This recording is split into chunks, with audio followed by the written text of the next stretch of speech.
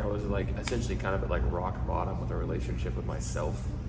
And I knew that if I didn't start doing something to rebuild that and getting back in touch with that, I didn't know where I was going to end up.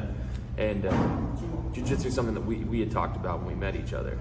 And so and I was at a place in my life where I just wanted to like search for healthy practices to do that. And this seemed like an obvious way to do that. And so all that came to my mind was like, yo, I'm gonna call Gilbert and see what's up. And I had a lot of curiosity around it, and so thus began the journey.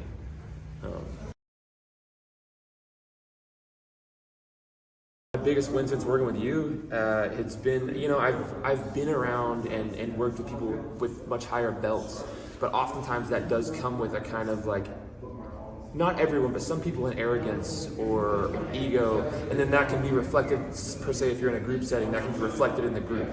And I think it really takes away from learning, one, slowing things down and getting to the basal level of the minutia of the movements, and also the building of like confidence that you get from doing this practice. Because for me, I think in working with you and that you facilitated is like this real comfortability in my own skin. You know what I mean? There's a certain level of confidence that you acquire when you do this practice, and you've been hugely instrumental in facilitating that. And I think that does come from like your deep understanding of this and your lack of ego.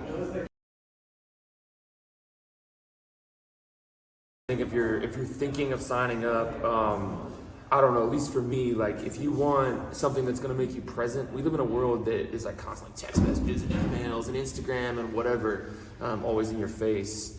For me, like this, and it's a little bit more of a one-on-one approach where you really do have the ability to learn and put it in your cells.